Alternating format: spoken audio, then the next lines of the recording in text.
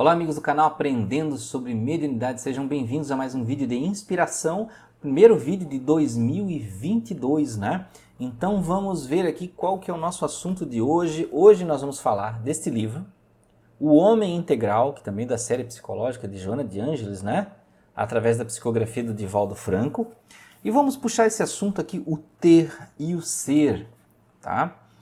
E aqui Joana de Ângeles fala o seguinte: a psicologia sociológica do passado recomendava a posse como forma de segurança. A felicidade era medida em razão dos haveres acumulados e a tranquilidade se apresentava como sendo a falta de preocupação em relação ao presente como ao futuro. Olha que interessante que ela fala aqui, né? Não, a felicidade é não ter preocupações nem com o presente nem com o futuro. Você já viu que isso é impossível, né?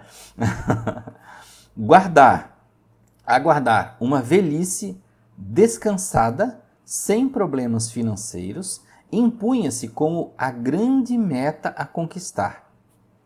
A escala de valores mantinha como patamar mais elevado a fortuna endinheirada, como se a vida se restringisse a negócios, a compra e a venda de coisas, de favores, de posições. Mesmo as religiões, preconizando a renúncia ao mundo e aos bens terrenos, reverenciavam os poderosos, os ricos, enquanto se adornavam de requintes, e seus templos se transformavam em verdadeiros bazares, palácios e museus frios, nos quais a solidariedade e o amor passavam desconhecidos. A felicidade se apresentava possível desde que se pudesse comprá-la. Todos os programas traziam como impositivo prioritário o prestígio social decorrente da posse financeira ou do poder político. Cunhou-se o conceito irônico de que o dinheiro não dá felicidade, porém ajuda a consegui-la. Ninguém o contesta. No entanto, ele não é tudo. O imediatismo substituiu os valores legítimos da vida. E houve uma natural subestima pelos códigos éticos e morais, as conquistas intelectuais, as virtudes, por parecerem de somenos importância. Né? Não sei se existe essa palavra somenos, gente, agora eu fiquei até surpreendido. Ou talvez de ser de menos importância, não sei se está errado ou eu não conheço a palavra, me desculpe. Não se escogitava, então, averiguar se as pessoas poderosas e possuidoras de coisas eram realmente felizes, ou se apenas fingiam sê-lo. Não se indagava a respeito das reais ambições dos seres e quanto dariam para despojar de tudo, a fim de serem outrem, ou fazerem o que lhes aprazia e não o que lhes impunham. Embora os avanços da psicologia profunda na atualidade ainda permanecem alguns bolsões de imposição para que o homem tenha, sem a preocupação com o que ele deseja. O prolongamento da idade infantil em mecanismos escapistas da personalidade faz que a existência permaneça como um jogo e os bens, como as pessoas, tornem-se brinquedos nas mãos de seus possuidores. Os homens, entretanto, não são marionetes de fácil manipulação. Cada indivíduo tem suas próprias aspirações e metas, não podendo ser movido pelo prazer insano ou com bons propósitos que sejam por outras pessoas. Esses atavismos infantis, não absorvidos pela idade adulta, impedindo o amadurecimento psicológico encarregado do discernimento, são igualmente responsáveis pela insegurança que leva o indivíduo a amontoar coisas e a cuidar do ego em detrimento da sua identidade integral. Sem que se dê conta, desumaniza-se e passa a categoria de semideus, desvelando os caprichos infantis e irresponsáveis que se impõem, satisfazendo as frustrações. O amadurecimento psicológico equipou o homem de resistências contra os fatores negativos da existência, as ciladas do relacionamento social, as dificuldades do cotidiano. A vida são todas as ocorrências, agradáveis ou não, que trabalham pelo progresso em cuja correnteza todos navegam na busca do porto da realização. Importante, desse modo, é manter-se o equilíbrio entre ser e exteriorizar o que se é, sem conflito comportamental, eliminando os estados de tensão resultantes da insatisfação ou do comodismo, assim realizando-se interior e exteriormente. Nesta luta entre o ego artificial, arquetípico, e o eu real, eterno e evolutivo, os conteúdos ético-morais da vida têm prevalência, devendo ser incorporados à conduta que os automatiza, não mais gerando áreas psicológicas resistentes à autorrealização e liberando-as para um estado de plenitude relativa, naturalmente em razão da transitoriedade da existência física. Já vamos continuar mais um pouco aqui. Então vocês viram como ela fala aqui, como nós perseguimos sempre uma felicidade futura, como nós criamos idealizações de felicidade, que é, quando eu me aposentar e ter bastante dinheiro, né? Evitar o sofrimento, né? Essa coisa de não ter preocupações. Será que não seria melhor nós sabermos interpretar e resolver nossas preocupações do que perseguir o não ter preocupações?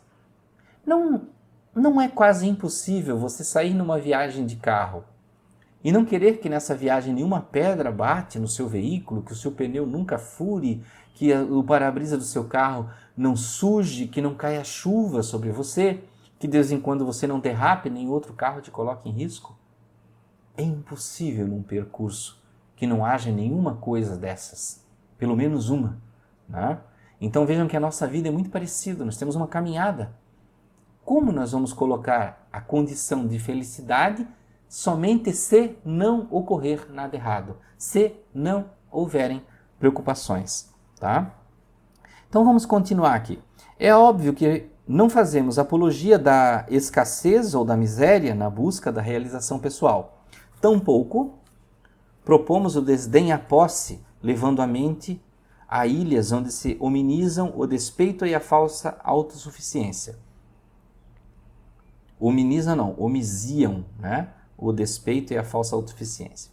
A posse é uma necessidade para atender a objetivos próprios, que não são únicos nem exclusivos. Os recursos amoedados, o poder político ou social, são mecanismos de progresso, de satisfação, enquanto conduzidos pelo homem, qual locomotiva a movimentar os carros que se lhe submetem. Quando se inverte a situação, o iminente desastre está à vista. Os recursos são para o homem utilizá-los, em vez deste se lhes tornar servil, arrastado pelos famanazes dos interesses subalternos, de auxiliares da pessoa de destaque, passam à condição de controladores das circunstâncias, aprisionando nas suas hábeis manobras aquele que parece conduzi-las. Não é a posse que o envilece. Ela faculta-lhe o desabrochar dos valores inatos à personalidade, e os recalques, os conflitos, em predominância assomam, prevalecendo-lhe no comportamento. Eis aí a importância do amadurecimento psicológico do indivíduo, que lhe proporciona os meios de gerir os recursos sem se lhes submeter aos impositivos. Quando se tem a sabedoria de administrar os valores de qualquer natureza, a benefício da vida e da coletividade, não apenas se possui, sobretudo se é livre, nunca possuído pelas enganosas engrenagens dos metais preciosos, dos títulos de negociação, dos documentos de consagração de propriedade, todos, afinal, perecíveis, que mudam de mão, que são fáceis de perder-se, destruir-se, queimar-se. A integridade e a segurança defluem do que se é, jamais do que se tem. Então vejam que Joana de Ângeles fala aqui, até em tom crítico algumas vezes, né? Neste livro O Homem Integral, neste capítulo aqui que nós lemos sobre o ter e o ser, da importância do nosso desenvolvimento, como nós nos isolamos do sofrimento e como nós às vezes ensinamos às nossas crianças que não sofrer é bom, é claro que não é bom, né? Mas que sofrer acontece. E nós tentamos isolar as crianças de qualquer dificuldade, de qualquer peso, de qualquer trabalho.